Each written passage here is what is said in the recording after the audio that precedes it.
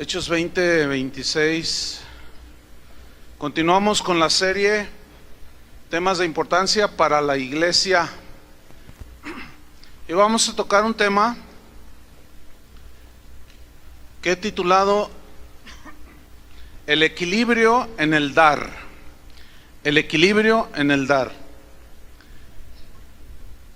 Y vamos a leer Hechos 20, 26.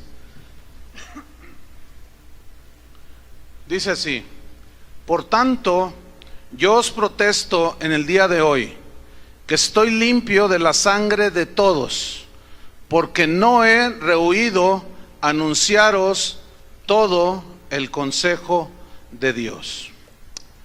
El equilibrio en el dar. Hemos estudiado que los abusos que se han dado dentro de la iglesia ha provocado que muchos cristianos se vayan al otro extremo. Por ejemplo,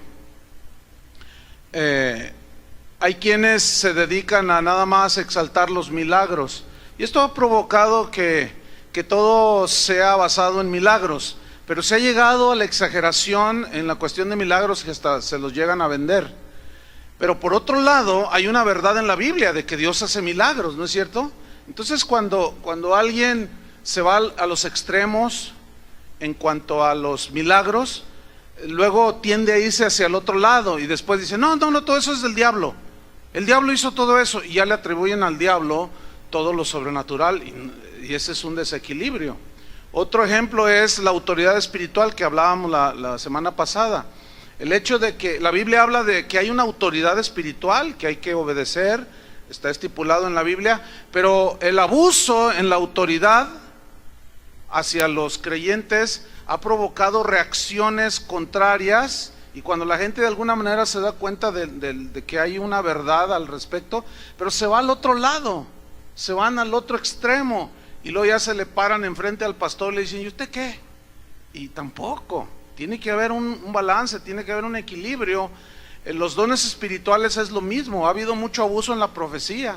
Así dice el Señor, tú te casas con esta, pero resulta que esta ya es casada, y un montón de aberraciones que la gente hace. Pero los abusos y los excesos no anulan que los dones del Espíritu Santo son reales, que Dios nos da dones del Espíritu Santo, nos da autoridad, hay milagros, y hay mil ejemplos al respecto.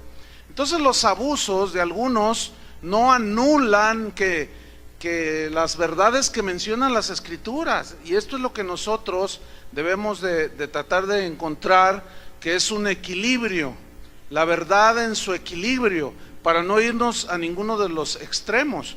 Si nosotros observamos bien, nos damos cuenta que Dios en la creación plasmó un equilibrio asombroso, maravilloso, diría yo. Por ejemplo, observamos la naturaleza y la fauna, la flora, de lo que está constituido la naturaleza, hay un equilibrio tan maravilloso, tan perfecto, para que la misma naturaleza funcione en ese equilibrio. Pero desgraciadamente llegamos los seres humanos, metemos la mano y todo se desequilibra, empezamos a contaminar, empezamos a hacer muchas cosas y desequilibramos precisamente el equilibrio que la naturaleza tiene. Si vemos así a grosso modo el cosmos, nos damos cuenta de los científicos dicen que el universo, el cosmos funciona como si fuera un reloj, con una exactitud impresionante. ¿Sabe usted por qué en la Tierra es el único planeta en el mundo, en el universo, que se generó la vida? Porque está en la posición exacta, con el equilibrio exacto de luz, calor, etcétera, y eso Dios lo hizo con un equilibrio realmente asombroso. En la física, las leyes de la física que pues el Señor estableció, por ejemplo la ley de gravedad, que Isaac Newton después le puso descubrió, porque ya estaba. Imagínense si no existiera la ley de gravedad, que es una atracción del centro de la Tierra que hace que nosotros estemos sólidos y firmes en el suelo, ¿verdad? Imagínense todos volando. Imagínense aquellos señores que no saben dónde anda el marido, ahora si volaran, imagínense dónde andarían, ¿no? Denle gracias a Dios. Y eso habla de un equilibrio, un balance. Nosotros caminamos con un equilibrio. Ustedes saben que cuando un oído se afecta, pierdes el equilibrio, ¿no es cierto? Entonces son dos tímpanos, los dos tienen que funcionar para que haya un equilibrio. En la música ni se diga, armonía, melodía y ritmo, los tres elementos básicos esenciales de la música. Cuando hay una exageración en algunos de ellos, el concepto de música no es completo. Por ejemplo, la música esa que le llaman heavy metal, o que nomás se oye puro,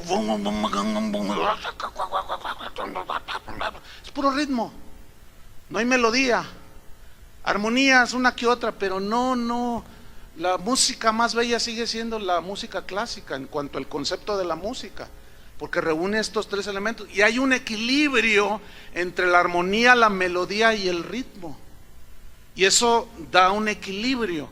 Entonces vemos que por todos lados el equilibrio es un principio que Dios estableció. Bueno, nosotros como cristianos debemos buscar el equilibrio espiritual en todo lo que tiene que ver con la vida espiritual.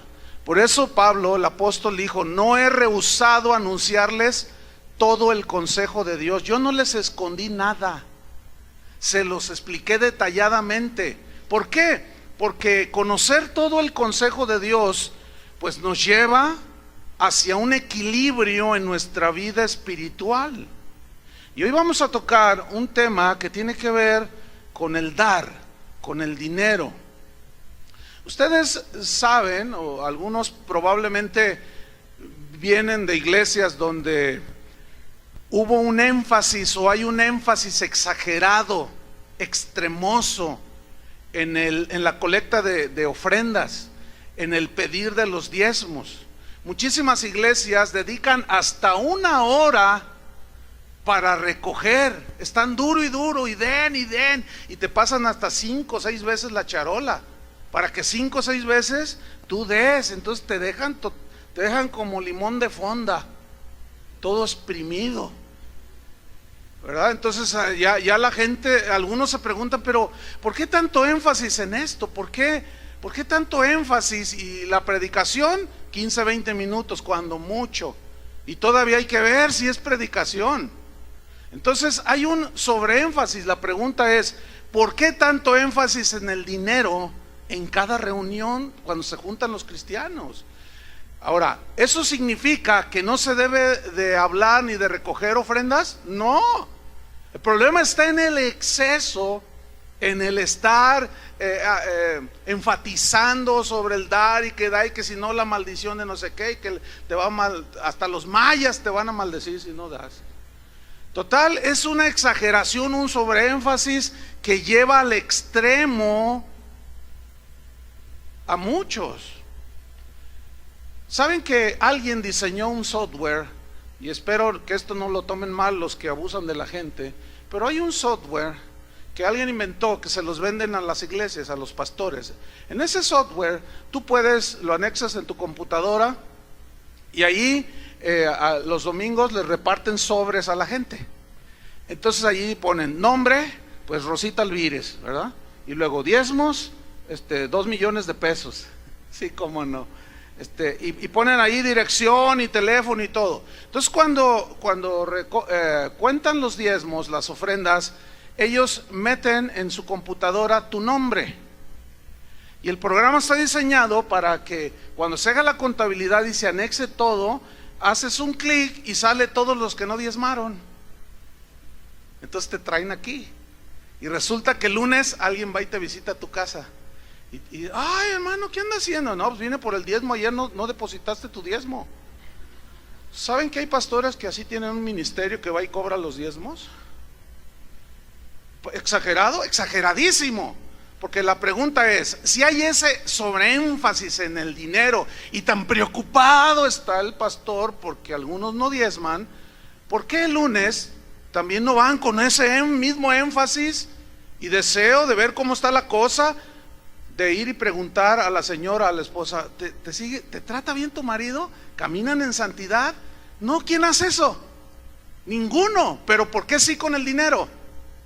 Eso lo único que habla es que hay un desequilibrio. Puede ser avaricia, puede ser una codicia de los pastores que codician las cosas de la gente, y por eso los tienen totalmente fiscalizados, si se entiende esa palabra, ¿no?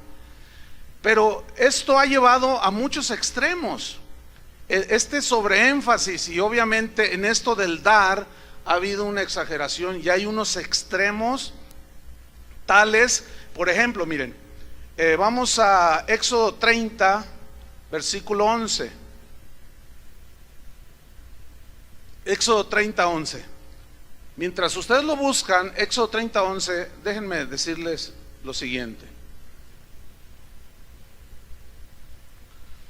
Todos los que abusan en el pedir ofrendas, diezmos, primicias, que hay un sobreénfasis y han caído en un abuso, basan sus enseñanzas en el Antiguo Testamento.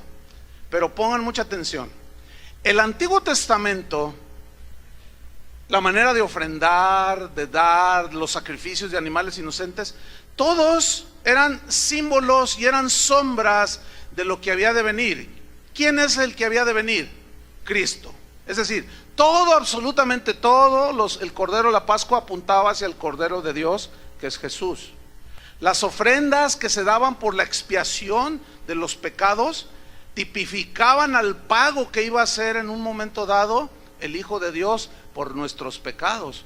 Todo es sombra. Una vez venido a la realidad que es Cristo, todas ese tipo de ofrendas quedaron abolidas. Ya no es la manera bíblica en el Nuevo Testamento de dar, basado en pasajes del Antiguo Testamento. Y muchos siguen basando en las sombras. Por ejemplo, Éxodo 30, 11, ¿ya lo tienen? Ok. Aquí habla de las ofrendas de la expiación del pecado. Dice: habló también Jehová a Moisés diciendo: cuando tomes el número de los hijos de Israel conforme a la cuenta de ellos, cada uno dará a Jehová el rescate de su persona. Fíjate, dará el rescate de su persona. Cuando los cuentes, esto habla de un censo, para que no haya en ellos mortandad cuando los hayas contado. Esto dará todo aquel que sea contado, medio ciclo, que era cierta cantidad, conforme al ciclo del santuario. El ciclo es de 20 geras. La mitad de un ciclo será la ofrenda a Jehová.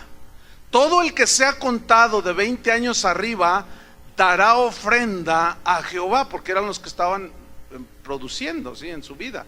Versículo 15: ni el rico aumentará, ni el pobre disminuirá del medio ciclo, es decir, lo que tenían que dar de pago por la expiación de sus pecados. Cuando dieren ofrenda a Jehová para hacer expiación por vuestras personas, y tomarás de los hijos de Israel el dinero de las expiaciones y lo darás para el servicio del tabernáculo de reunión. Pregunta: ¿para qué se usaba el dinero que la gente daba en expiación por sus almas? Se usaba para la manutención del tabernáculo, y para que estuviese en constante servicio al Señor. Entonces dice: será memorial a los hijos de Israel delante de Jehová, para hacer expiación por vuestras personas. ¿Están notando que aquí se daba dinero por la expiación de las personas? ¿Lo notaron? ¿Sí o no? Ok. Vamos a Números 30, versículo 50. Hoy te explico más sobre el punto. Éxodo 31, 50. Números. ¿Qué dije? No, Números 31, 50. Se parecen, pero no es lo mismo. Números 31, 50. Este es otro versículo que toman los que piden: trae tus anillos, trae tu reloj, pero que sea de oro, ¿no? Trae tu collar, trae tus pulseras, etcétera. Dice Números 31, 50. Por lo cual hemos ofrecido a Jehová ofrenda cada uno de lo que ha hallado: alhajas de oro, brazaletes, manillas, anillos, zarcillos y cadenas, para hacer ¿qué? Expiación por nuestras almas delante de Jehová. Ok, esto lo sinteticé porque hay mucho más texto, ¿sí? Pero esa ceremonia de dar dinero o en alhajas de oro por la expiación se le llamaba el día de la expiación. Ese día se hacían sacrificios por los pecados de toda la gente. Ese día era un día al año en el cual el sumo sacerdote entraba en el lugar santísimo y allí él oraba, intercedía por la gente y allí le pedía a Dios que perdonara al pueblo. Cuando salía el sacerdote, los levitas, los ayudantes ahí del tabernáculo que sacrificaban los animalitos inocentes, el sacerdote tomaba un hisopo que era como una rama y rociaba simbólicamente con la sangre de los animalitos a la gente para que sus pecados quedaran cubiertos. Dice la Biblia en Hebreos que los pecados de la gente solamente eran cubiertos, ¿sí? Todas esas ceremonias apuntaban hacia el Nuevo Testamento, hacia el tiempo de la gracia cuando vino Jesús. Eso lo hemos explicado, pero lo voy a seguir mencionando. Entonces, el día de la expiación que celebraban ellos servía como recordatorio de que los sacrificios que ellos hacían solamente cubrían los pecados de manera temporal, o sea, no borraban los pecados, nada más se cubrían, pero no eran borrados. En el Nuevo Testamento ya no son cubiertos, sino son borrados por la sangre de Cristo. Entonces, escuchen, el pago en dinero que la gente hacía el día de la expiación era una sombra que apuntaba hacia Jesucristo, el perfecto Redentor, quien pagó el precio del rescate por nosotros, que quitaría nuestros pecados, los borraría para siempre. Pero Jesús no pagó por la expiación de nuestros pecados con dinero. El pago que Él dio fue su propia sangre. Y en Primera de Pedro 1:18, quiero que vean ese versículo, Primera de Pedro 1:18, ahí se nos dice claramente al respecto. Primera de Pedro 1:18, dice así: sabiendo, este verbo es muy importante, sabiendo, saber, es lo contrario a ignorar.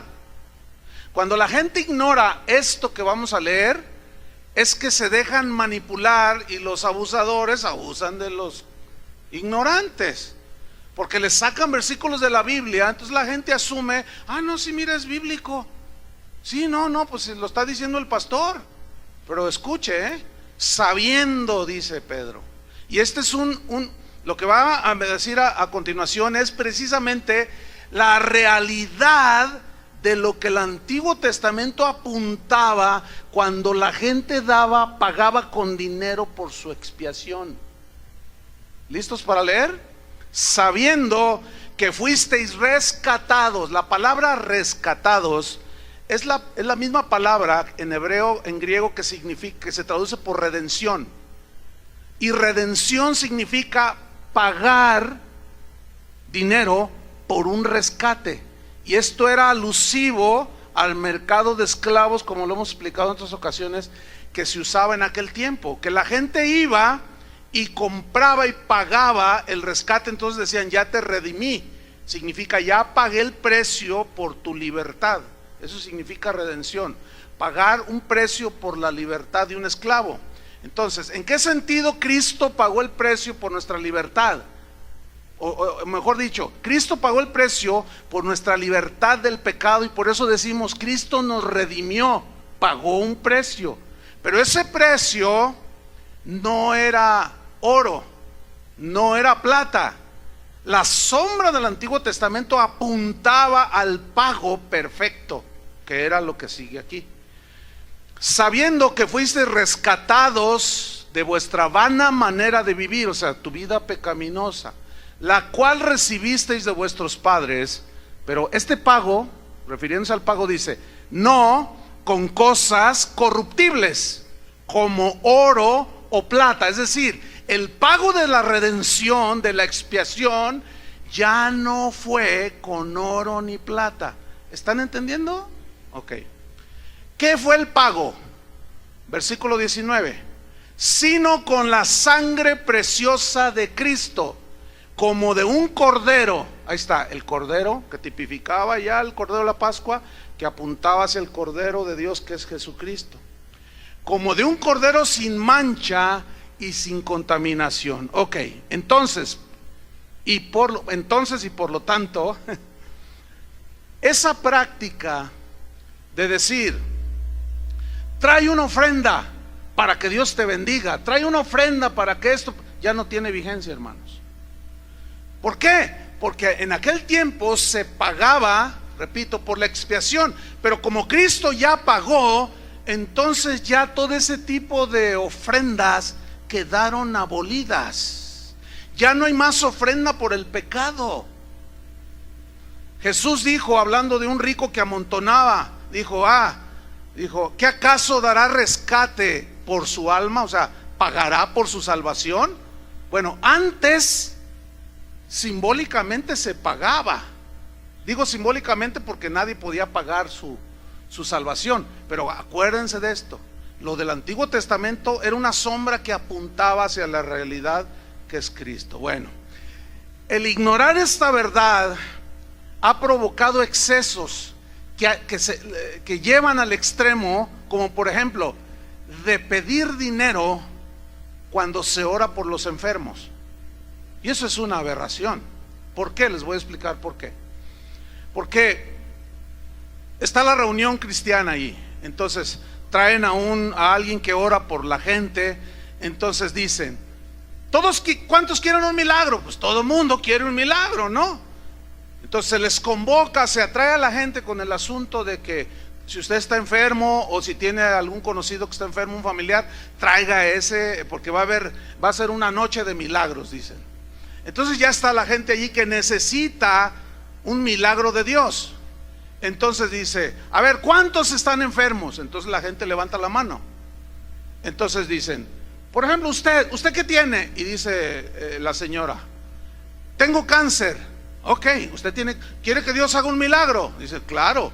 ¿Y usted qué tiene? No, pues yo tengo cirrosis hepática, qué sé yo. ¿Quieren un milagro? Sí, ok. ¿Cuánto le costaría a usted pagar en un hospital por el tratamiento de cáncer? No, pues mínimo unos $10,000, por poner una cantidad, que es carísimo, usted sabe, ¿no? Entonces, fíjate cómo lo manejan, y aquí está el abuso de la ignorancia. Entonces le dicen: ok, usted le iba a dar $10,000 al médico. Ahora, ¿quiere que Dios haga el milagro con usted? La mujer dice: sí, traiga esos $10,000 a la casa del Señor, y yo voy a orar para que la sane del cáncer. Eso es un abuso, hermanos. ¿Por qué?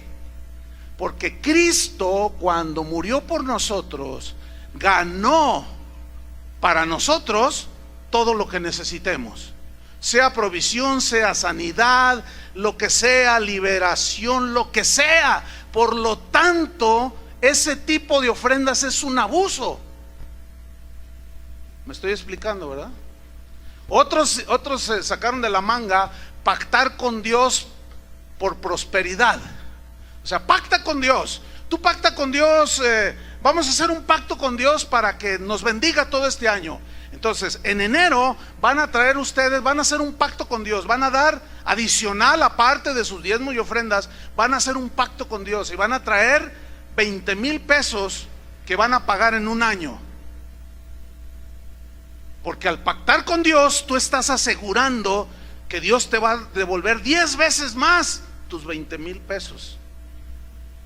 Error, abuso. Pero déjame decirle una cosa: los que abusan de eso tienen su culpa, pero de los que abusan también no son inocentes, ¿eh? ¿Por qué? Porque ahí está la Biblia. Ahí está la Biblia. Y no pueden argumentar: es que a mí me engañaron. Bueno, eso es lo que decía Pablo. Yo no he rehusado, yo no he escondido decirles todo el consejo de Dios. Por eso estoy limpio de la sangre de todos ustedes.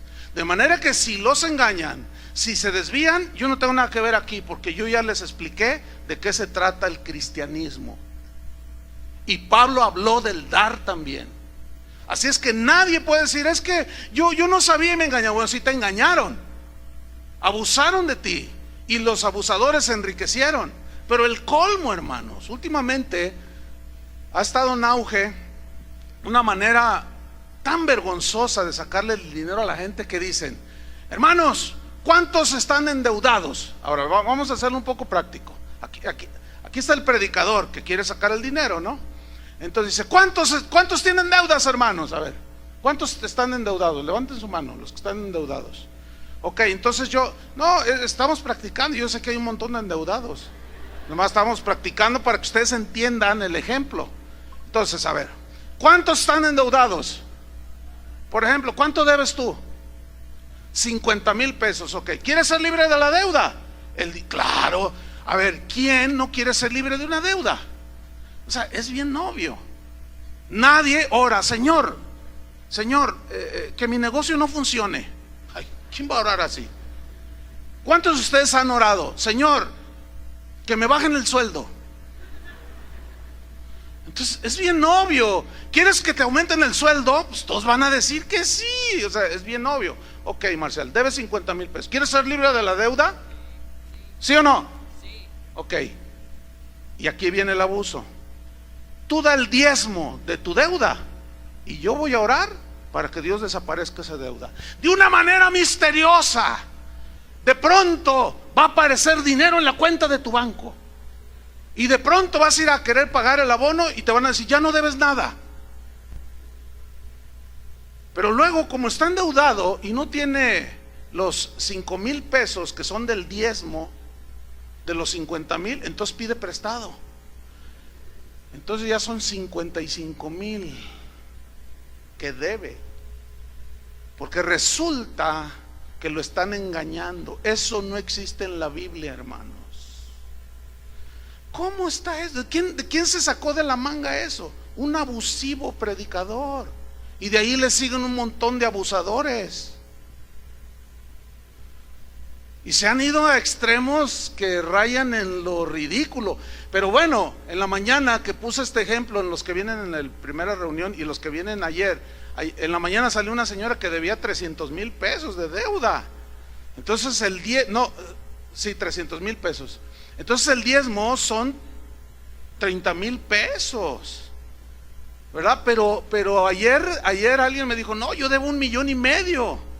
Entonces son 150,000 pesos que tenía que pactar para que Dios le disolviera la deuda.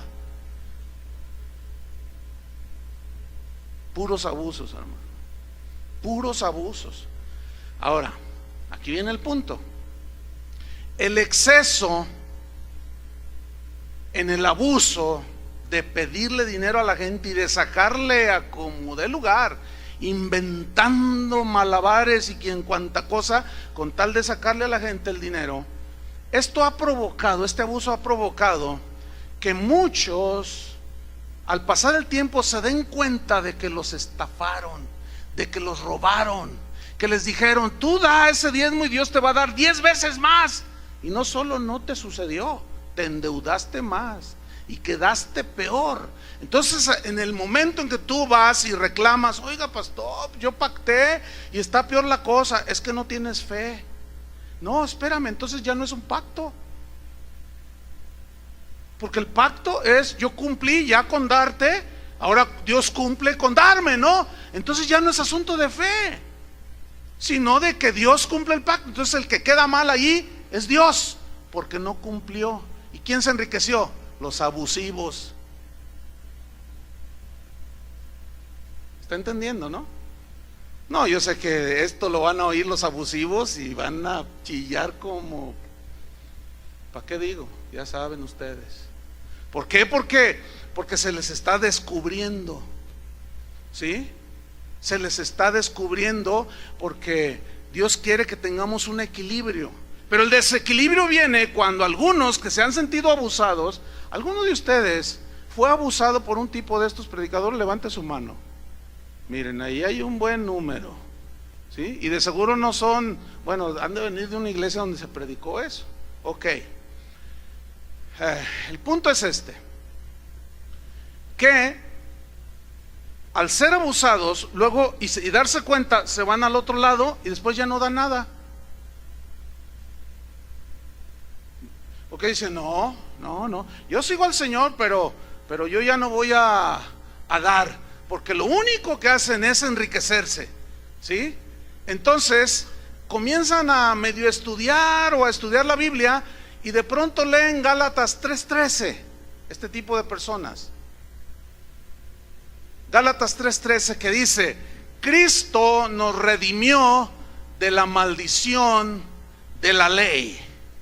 Dicen, ay, Cristo nos redimió de la maldición, o sea, nos rescató de la maldición de la ley. Ahora, cuando leen este versículo, muchos lo interpretan como que ya no debemos de dar nada. Así lo interpretan. ¿Por qué? Porque Cristo ya nos redimió de la maldición de la ley y el diezmo es de la ley, dicen. Por lo tanto, ya no debemos de dar.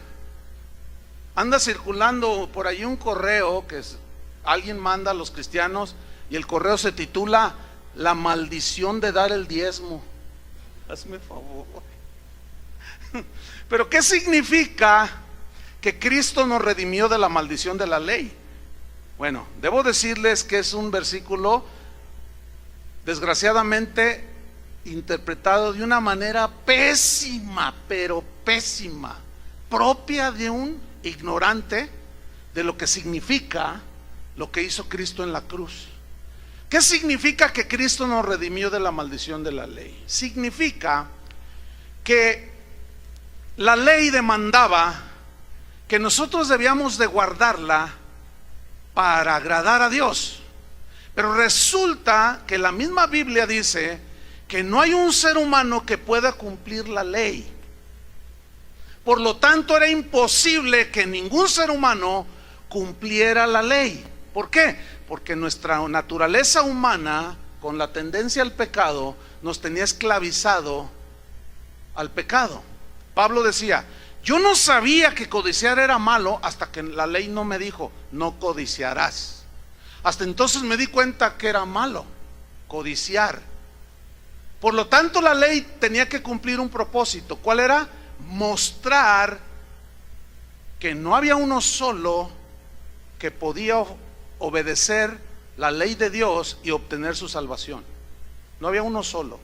El propósito de la ley era mostrar que éramos pecadores, que somos pecadores, según Romanos, Pablo a los Romanos. Ese era el propósito de la ley, mostrar que todos somos pecadores. Por lo tanto, al violar la ley, había una condenación, había una maldición eterna de condenación en el infierno. Ahora, cuando viene Cristo, muere en la cruz, el creyente se le predica, se le enseña y cree en ese sacrificio, se arrepiente de sus pecados. Son borrados con la sangre de Cristo. Pregunta, ¿tiene que pagar por su salvación? No, porque Cristo ya pagó por él en la cruz. Entonces, ¿cómo recibe la salvación? ¿Por pagar o por fe? Por fe. Entonces, la maldición de la ley consiste en la condenación por haber violentado los mandamientos de Dios, la ley de Dios. Y cuando nacemos de nuevo, Dios nos da una nueva naturaleza. Con esa nueva naturaleza, ahora podemos cumplir los mandamientos de Dios. Pero ya no es para ganarnos la salvación, porque esa nadie se la puede ganar, porque esa es por gracia, por medio de la fe. Y esto es un regalo de Dios, no se puede pagar por la salvación.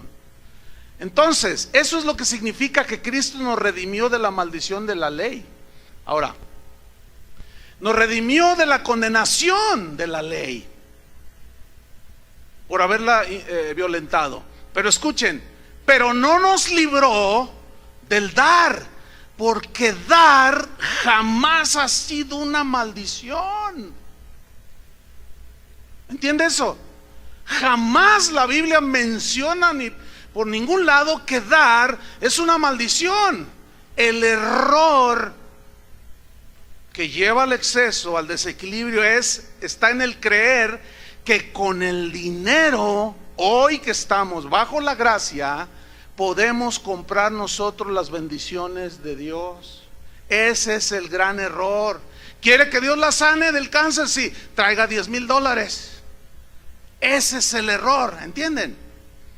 Ahora, Pablo, en el mismo capítulo 20 que leímos al principio, donde dijo, no he rehusado enseñarles todo el consejo de Dios, en ese mismo capítulo, pero en el versículo 35, Pablo dice, debemos de recordar las palabras del Señor Jesús, que dijo, más bienaventurado es, díganlo fuerte, más bienaventurado es. Entonces, ¿de cuándo acá? ¿Cómo entienden esos que dicen que Cristo nos redimió de la maldición de la ley? Y dar el diezmo es una maldición. ¿Dónde tienen la cabeza esos? ¿Dónde tienen su entendimiento esa gente? Dar jamás ha sido una maldición. Al contrario, Dios es generoso y Dios da. ¿Cuántos son hijos de Dios? Debemos de ser como Dios, generosos en el dar. El problema está en el abuso, hermanos. Entonces, abusaron de muchos, se empiezan a dar cuenta y se van al otro extremo. Y luego leen un versículo como ese, aislado de los demás textos de la Biblia, y dice, no, es que diezmar es de la ley y es una maldición, y Dios me libró de la maldición del dar. En otras palabras, ¿no? Pero a los que creen eso, de que diezmar pues es una maldición y porque es de la ley, yo les voy a hacer una pregunta. La pregunta es esta: si tú no diezmas, es porque dices que es de la ley, ¿sí? Según tu entendimiento hasta ahorita. Pero ahí va. La pregunta es: ¿cuánto exigía la ley que se debía de dar para el sostén del tabernáculo y de los levitas y de los sacerdotes, y para que funcionara todo el tabernáculo, la adoración, los sacrificios? ¿Cuánto es lo que la ley exigía que se debía de dar de lo que tú ganabas? ¿Alguien me puede decir? Diezmo. ¿Qué es el diezmo? Es el 10% de todo lo que tú obtenías por tu trabajo. Ok, 10%. Pregunta, les pregunto a esos hermanos, ¿cuánto exige la gracia en el Nuevo Testamento? En todo, el 10% de tu tiempo, el 10% de tu corazón, el 10% nada más el sábado. ¿Cuánto exige la gracia? 100. 100 equivale a todo. Pero escúchenme, Dios no a todos les pide todo, porque tú no das todo, ¿verdad que no?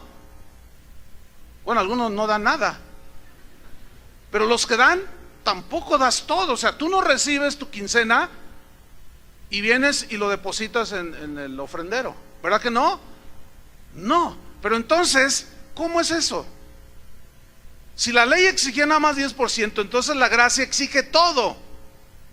Entonces, como yo les digo a estos hermanos que argumentan esto, como tú estás bajo la gracia, entonces se supone que porque estás bajo la gracia y no bajo la ley, tú das muchísimo más que el diezmo, ¿no?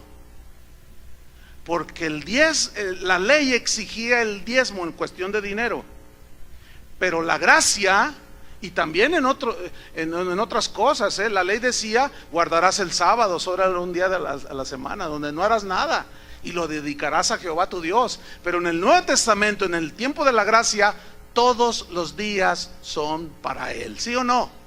Todo. Cuando Cristo murió en la cruz no se entregó 10%, se entregó todo. Cuando alguien se entrega a Cristo, se entrega nada más el 30%, la mitad de su corazón. ¿Qué entrega? Todo su corazón. De esa manera da todo su tiempo, todos sus pensamientos, todas sus fuerzas están centradas en Dios. Todo, porque ese es el más grande mandamiento que estaba desde la ley. ¿Cuál es el más grande mandamiento? Amarás al Señor tu Dios con todo tu corazón. Vean, todo, con todas tus fuerzas. A ver, háganle así. Con toda tu mente, con todo.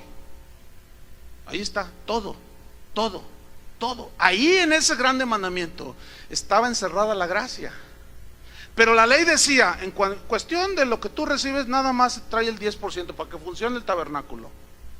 ¿Sí? Pero vamos a seguir abundando sobre este punto.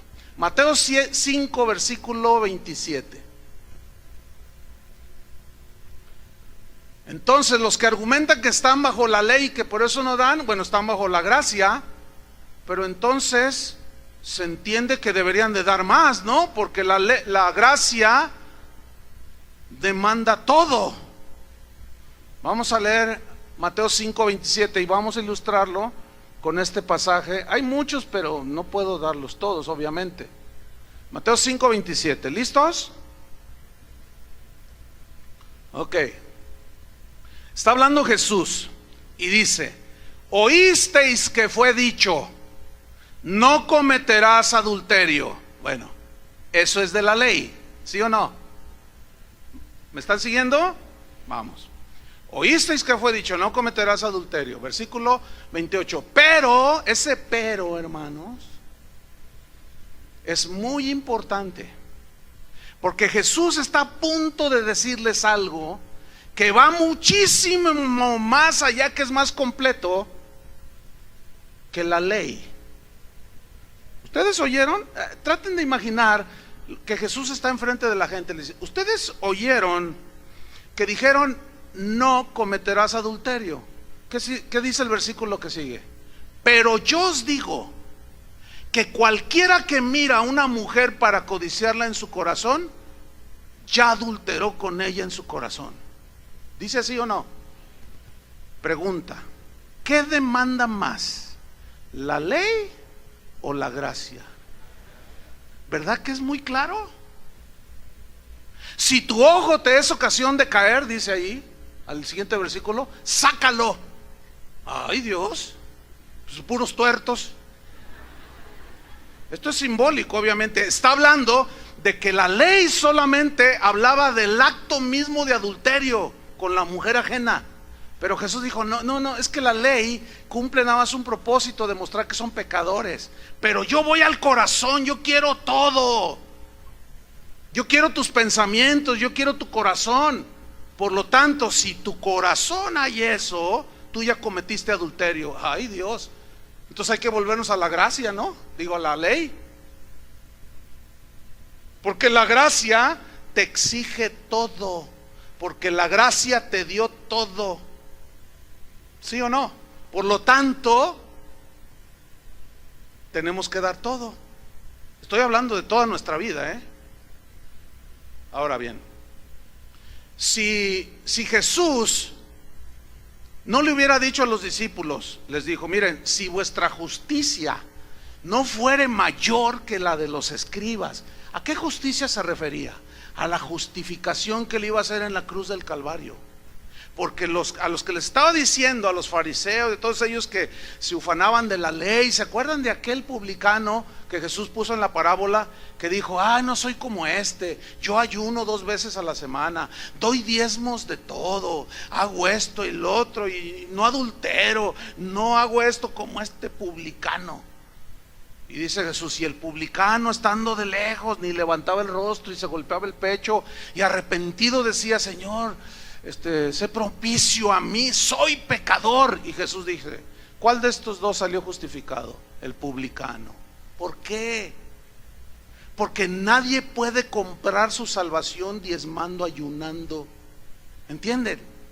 Sin embargo, el publicano salió justificado y fue un regalo que le dio. No se puede pagar por la salvación. No se puede pagar por los milagros, porque esos son dados por gracia, y aquellos que les ponen precio son mercaderes del evangelio y son abusadores de las ovejas. Y como me dijo una vez uno, es que la naturaleza de las ovejas es dar lana. Ah, mira qué listo eres, qué listo eres. Y si tu mano derecha te es ocasión de caer, córtala y échala de ti, pues mejor te es que se pierda uno de tus miembros y no que todo tu cuerpo sea echado en el infierno. Fíjate, todo tu cuerpo. ¿Qué quiere Dios? Toda tu alma, todo tu cuerpo, todo tu ser, todo tu corazón. ¿Él quiere qué? Todo. ¿Qué dio? ¿Qué nos dio en Jesucristo? Lo mejor que Él tenía. Si Dios nos dio a su Hijo, ¿cómo no nos dará juntamente con Él qué? No, nada más el 10%. No, todas las cosas. En el antiguo decía, trae los diezmos al alfolí, en el Antiguo Testamento, trae los diezmos al alfolí para que haya alimento en mi casa. Y yo te voy a multiplicar, pero si no, tú me estás robando. Malditos sois con maldición, porque todos me han robado en los diezmos que me pertenecen a mí. Así dice Malaquías 3, ¿sí o no? El asunto ahí es este. En el Nuevo Testamento, fíjense bien lo que voy a decir, en el Nuevo Testamento no hay un mandamiento específico que diga que debemos diezmar. No existe, hermanos, esa es una verdad.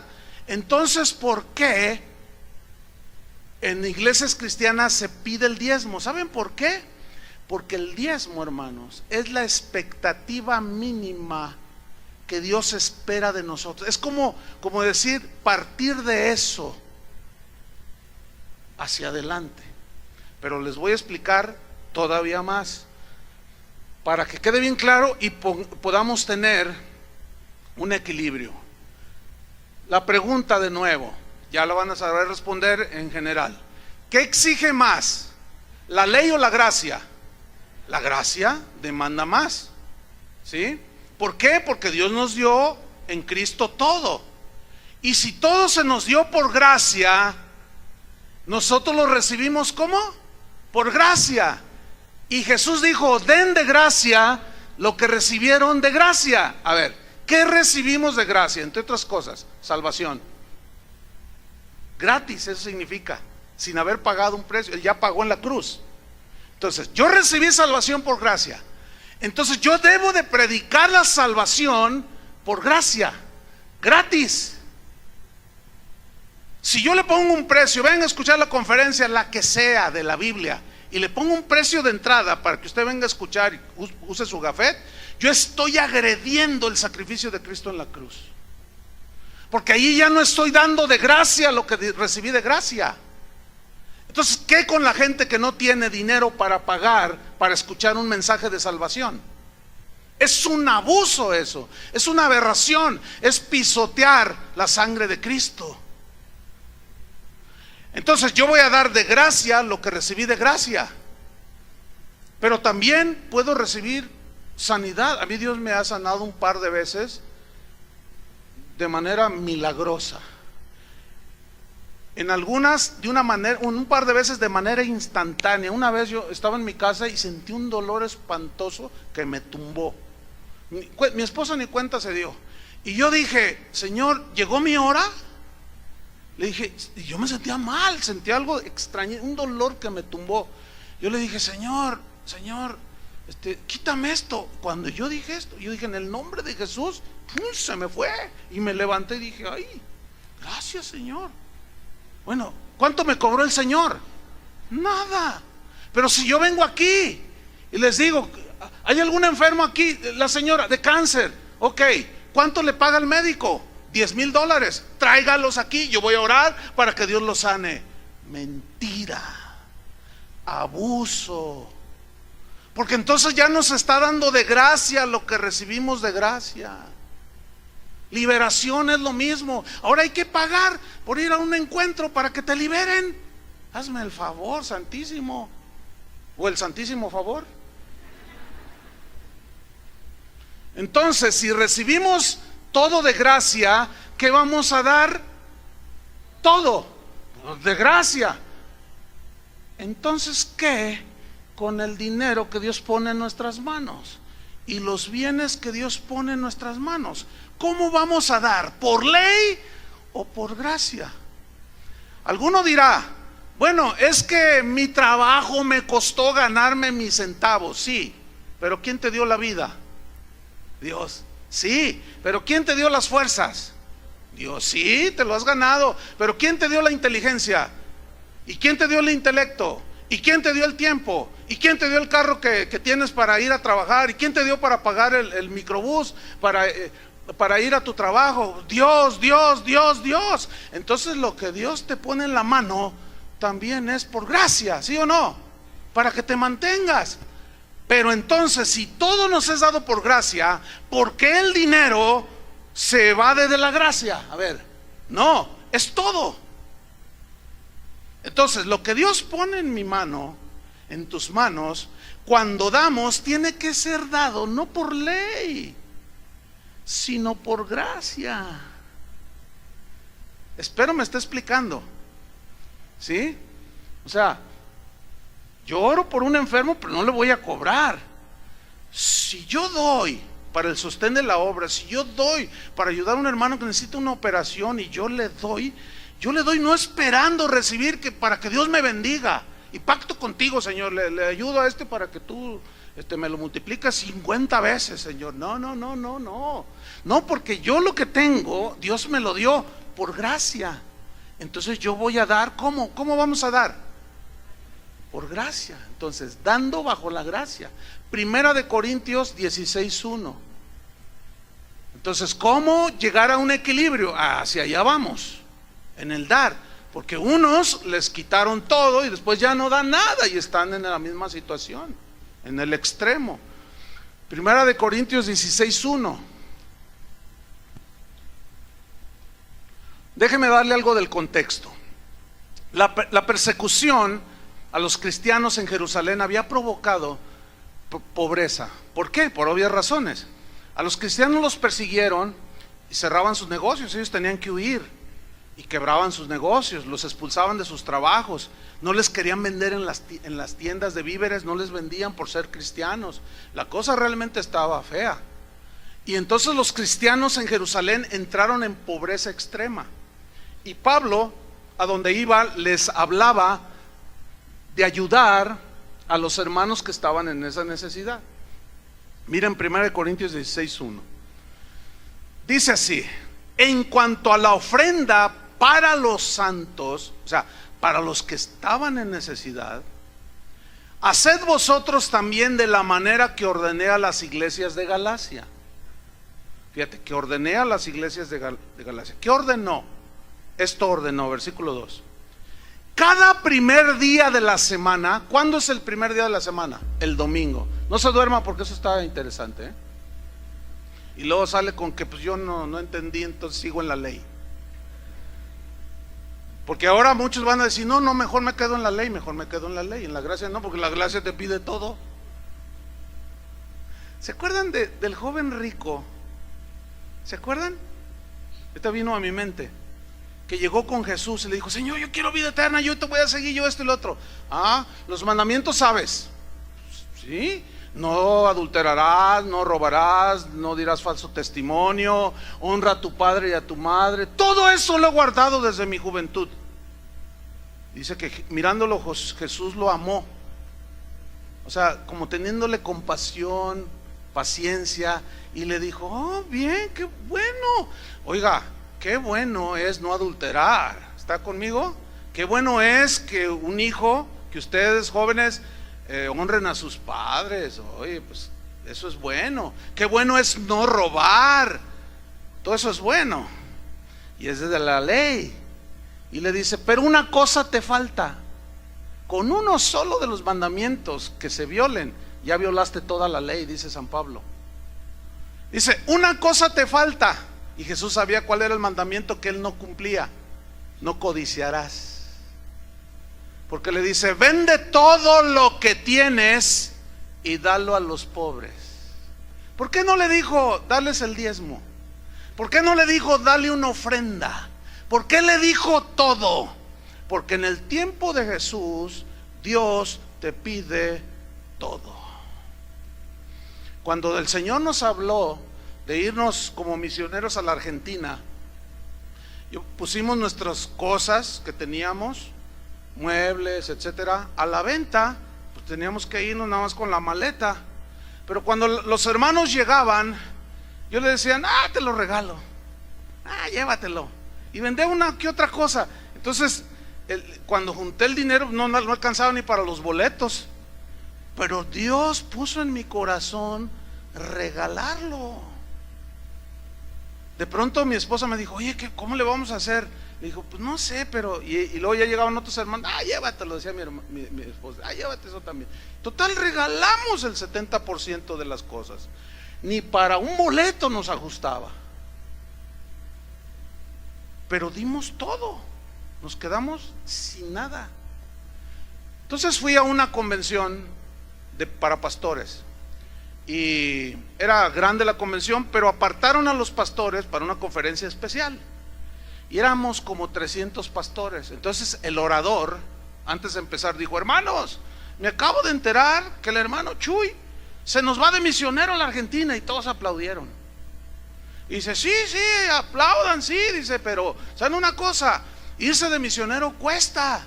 Y a mí Dios me puso en mi corazón que le levantemos una ofrenda ahorita al pastor, porque no es fácil irse, y vamos a apoyarlo. Y todos dijeron amén. Bueno, aquí está la primera ofrenda, trae el ofrendero.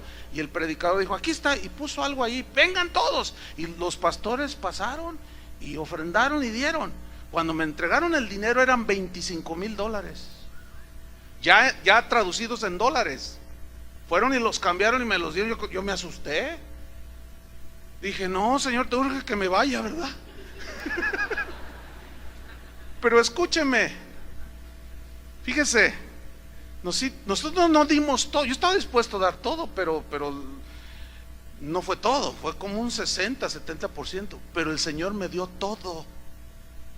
No sé si me estoy explicando, Y aquel joven le dijo, si quieres seguirme, deja todo y sígueme. No, cuando hay que seguir a Jesús, no dice él, su exigencia es que dejemos todo. Si amas padre o madre más que a mí, no eres digno de mí. Todo o nada. Y la ley no decía eso. La ley decía, nada más el sábado adórame, nada más dame el 10% de lo que te llega para vivir, nada más haz un sacrificio una vez al año y vas a recordar tus pecados, y vas a hacer esta fiesta de los tabernáculos, y vas a hacer esto, y vas a hacer lo otro, y vas a hacer aquello. Pero era incompleto hasta que llegó Cristo. Ahora seguimos leyendo aquí en 1 Corintios 16:2. Cada primer día de la semana, de domingo, fíjate lo que dice, cada uno de vosotros, fíjate, hay que subrayar esa frase, cada uno de vosotros. O sea, tú, yo, tú, también los que están durmiendo, tú. No le hagan que al rato van a decir con que me habló Juan Diego, ¿verdad? Y me dijo que nada. Cada uno, ¿qué dice ahí? Cada uno de vosotros, ¿qué hagan? ¿Qué dice? Ponga aparte algo. ¿Qué significa ponga aparte algo? Ponga aparte algo de dinero. Dice, según haya ¿qué? Prosperado. Es decir, fíjate lo que en el Nuevo Testamento se habla del dar bajo la gracia. Es según hayas prosperado. Si no recibiste nada, ¿cómo vas a dar? ¿Me explico? Si tu negocio apenas salió para lo más indispensable y se mantenga otros meses allí, entre que si vive o se muere el negocio, si no recibes ganancia, ¿cómo vas a dar? Bueno, los que abusan te dicen, bueno, ya estás endeudado, ¿cuánto vale tu negocio? $1,000,000, trae el 10% y yo voy a orar para que Dios rescate tu negocio. Abuso, mentiras. ¿Dónde está eso? Pablo dice claramente, cada uno aparte según haya prosperado, guardándolo. ¿Por qué dice guardándolo? Porque algunos se lo gastan. O sea, guárdenlo, eso es específico. Dice, para que cuando yo llegue no se recojan entonces ofrendas. Nada de que otra vez pásale el ofrendero y oye, estuvo bueno otra vez. Hay iglesias que hasta 5 veces te pasan la charola.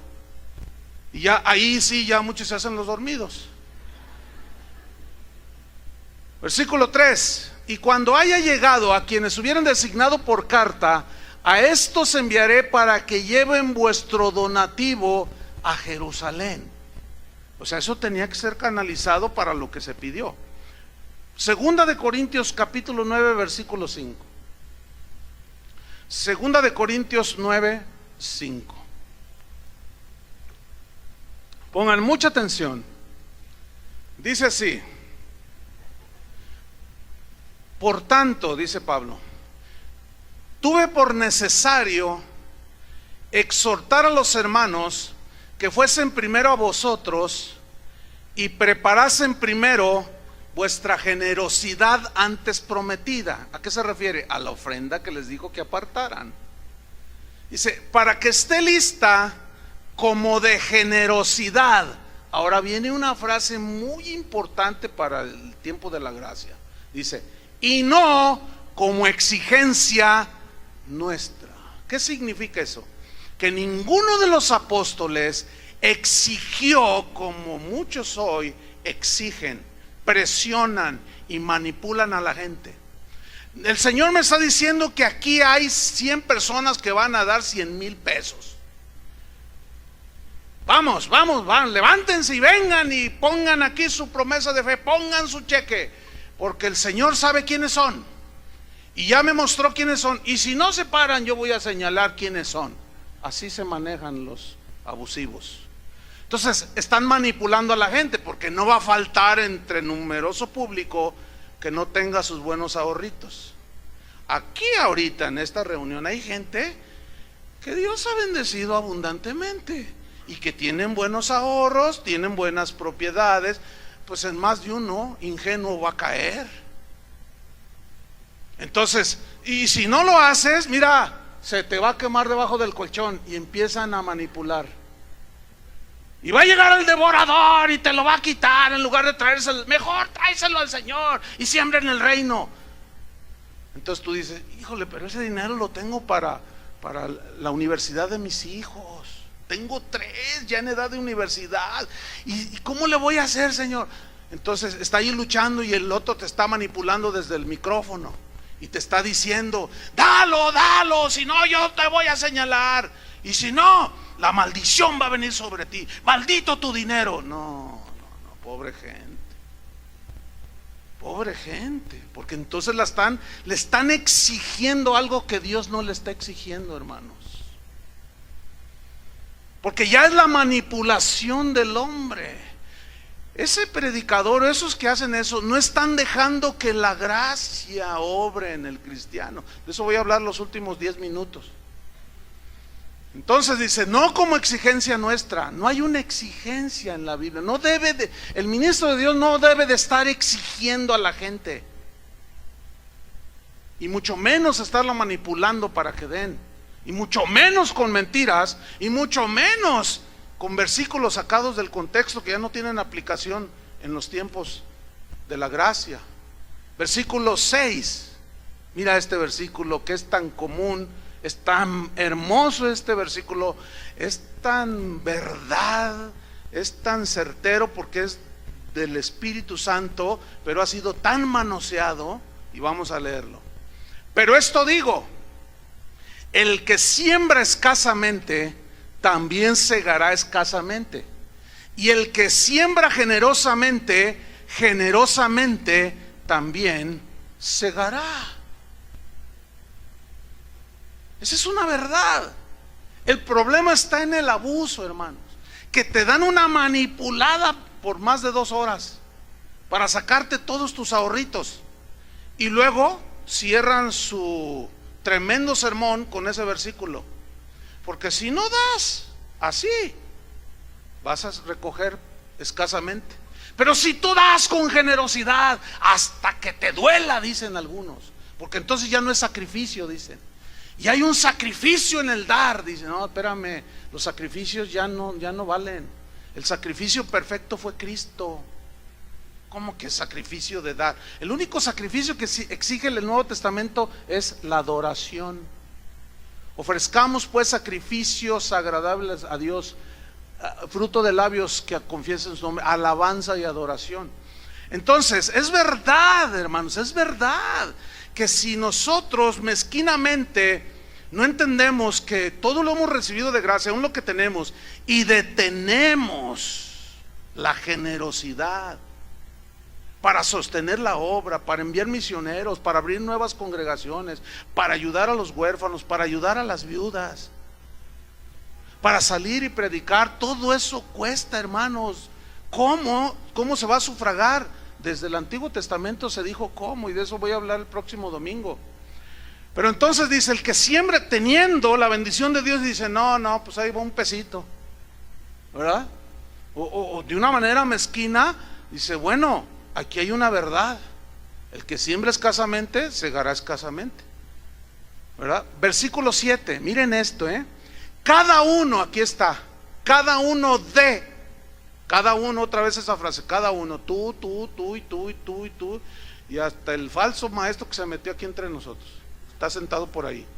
Nada más que se viene por lo de ustedes, pónganse abusados.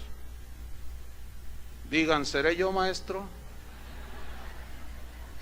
Cada uno fíjate, pongan atención, cada uno no dice, si quieren den. O sea, ¿por qué está así como un imperativo, como un mandato? Porque la gracia exige más. Pero fíjate a qué se nos deja, a la generosidad. Mira lo que dice, cada uno dé como propuso en su corazón. Qué bonito eso, ¿no? A mí me gusta eso. Me gusta, ¿saben por qué?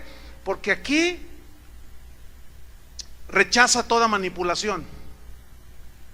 Porque si yo digo, aquí hay 100 que van a dar 100,000, ya no es como propusieron en su corazón, es como yo les estoy diciendo. Porque si fuera de Dios, entonces este versículo contradice a Dios. Y ya no es como propusieron en su corazón, sino como que el predicador dice que Dios le dijo. Pero entonces ya no es como propuso su corazón, sino fue, tú tienes que dar 10,000, tú tienes que dar 20,000, y le van bajando. Ahora también aquí hay 500 de a 1,000, y aquí hay 2,000 de a 500, y hay 10,000 de a 100 pesos. Y bueno, ya los demás pásenle también, todos échenle, dicen los abusivos. Cada uno dé como propuso en su corazón. Pero miren lo que viene a continuación, no con tristeza ni por necesidad. ¿Por qué dice no con tristeza ni por necesidad? O sea, porque tienes que hacerlo. ¿Por qué? Porque ya no estamos bajo la ley. Bajo la ley era sí o sí, si no la maldición te llega. Escúchenme bien. ¿Y qué si Dios te bendice y tú retienes tu generosidad? ¿Vendrá maldición para ti? No. Lo que viene es escasez, menos cosecha. Pero esto no es maldición, hermano, eso es una consecuencia de tu desobediencia y de tu falta de generosidad. Pero como maldición no, hermanos. Cristo nos redimió de la maldición, ¿entienden? Pero las desobediencias traen consecuencias. Espero estén entendiendo. Entonces dice, no den así, de esa manera, no, ni por tristeza ni por necesidad, porque no es así. Porque Dios ama. ¿A quién ama Dios? Al dador alegre. Esta frase también ha sido muy manipulada. Te bajan todo, te bajan los 100,000, te bajan los 10,000, los $70 al mes, así dice. Te bajan todo. Y luego terminan y cierran con broche de oro, porque Dios ama al dador alegre. Y el asunto es que la gente no lo da muy alegremente, porque están endeudados y deben $500,000 y tienen que darle el 10% para que Dios les cancele la deuda. No están muy contentos, yo se los aseguro. No falta el que dirá, no, yo sí, con toda alegría. Bueno, esos con toda alegría, nos vemos en un año.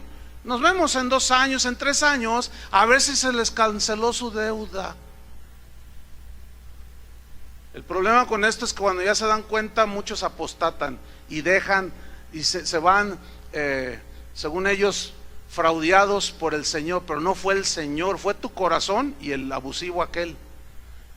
Versículo 8, perdón. Y poderoso es Dios para hacer que abunde en vosotros, ¿qué? ¿Qué significa toda gracia? Fíjate, poderoso es Dios para que abunde en vosotros toda gracia. La gracia de predicar por gracia el evangelio, la gracia de dar por gracia una oración por un enfermo, la gracia de predicar por gracia la salvación, pero la gracia de dar con generosidad. Porque si ustedes se fijan, este texto de abundancia de gracia, el contexto es de dar. ¿Sí o no? ¿Sí o no? Quiero que me contesten, porque parece así, cuando no contestan digo, es que a lo mejor, o dos cosas, no me están creyendo o no están entendiendo, y a mí me interesa saber cualquiera de las dos. Si no crees, pues ni modo, pues yo qué voy a hacer, o no.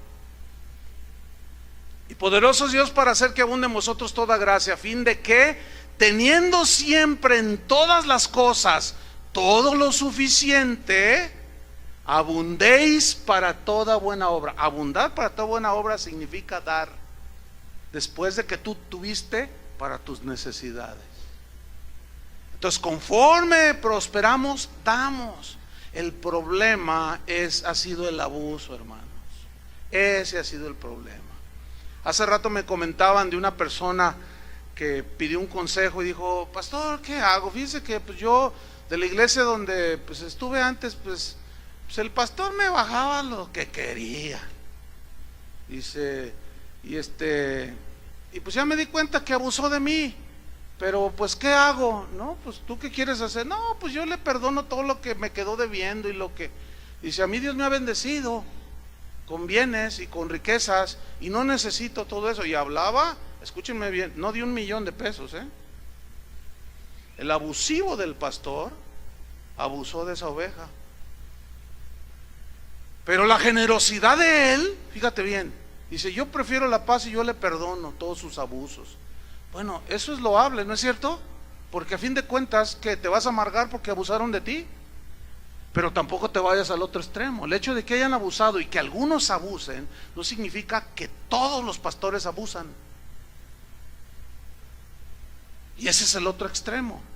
Y eso no anula que hay una verdad en el dar. Miren, para terminar, vamos a Hechos 2:44, porque ahí vamos a ver cómo vivían los primeros cristianos. Como dicen en el noticiero, la última y nos vamos, o sea, la última noticia y nos vamos. Los últimos versículos y nos vamos. Hechos 2:44, no porque no haya más, hay un montón, pero Hechos 2:44, ¿ya lo tiene? Vamos a ver cómo vivían los primeros cristianos. Dice así: todos los que habían creído estaban juntos y tenían en común todas las cosas. Versículo 45. Y vendían sus propiedades y sus bienes y lo repartían a todos según la necesidad de cada uno. Fíjate, vendían sus propiedades y sus bienes. Observación muy importante: no hay un mandato específico a que ellos debían de vender sus propiedades y sus bienes. No existe autorización divina para que nosotros los pastores digamos públicamente, manipulando y diciendo: hermanos, hay una necesidad, tenemos esto. Algunos de ustedes tienen casas, tienen carros, véndanlos y traigan el dinero. Prohibido.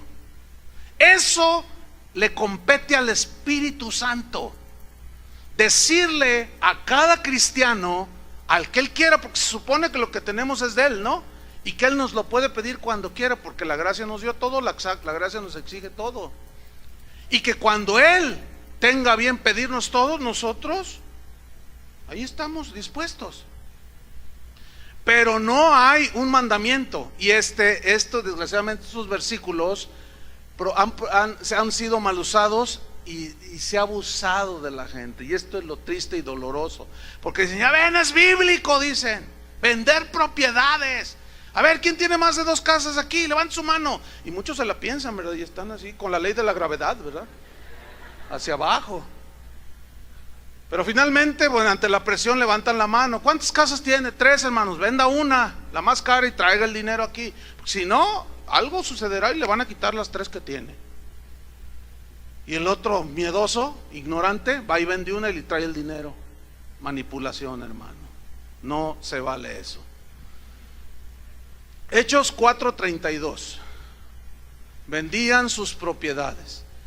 Hechos 4:32 dice: y la multitud de los que habían creído, ¿cuántos han creído? Mira, ellos, dice, estaban de un corazón y un alma, había unidad. Y ninguno, dice, decía ser suyo propio nada de lo que poseía. ¿Por qué? Porque ellos habían entendido que si Dios se los pedía, ellos estaban dispuestos a darlo. Porque la gracia había operado y obrado tanto en ellos que eran súper generosos, hermano.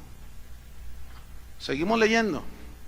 Nadie desea ser propio suyo nada de lo que poseía, sino que tenían todas las cosas en común. Y con gran poder los apóstoles daban testimonio de la resurrección del Señor Jesús, y abundante gracia era sobre todos ellos. ¿En qué? En la predicación. Pero no solo en la predicación había abundancia de gracia. Vean el versículo 34. Así que no había entre ellos ningún necesitado, porque todos los que poseían heredades o casas las vendían y traían el precio de lo vendido y lo ponían a los pies de los apóstoles, y se repartía a cada uno según su necesidad. Entonces José, a quien los apóstoles pusieron por sobrenombre Bernabé, que traducido es hijo de consolación, levita natural de Chipre, como tenía una heredad, la vendió y trajo el precio y lo puso a los pies de los apóstoles. Yo quiero dar el énfasis final a esto de vendían sus propiedades. Ellos nunca exigieron, nunca manipularon, sino que fue el glorioso Espíritu Santo el que movía el corazón de las personas.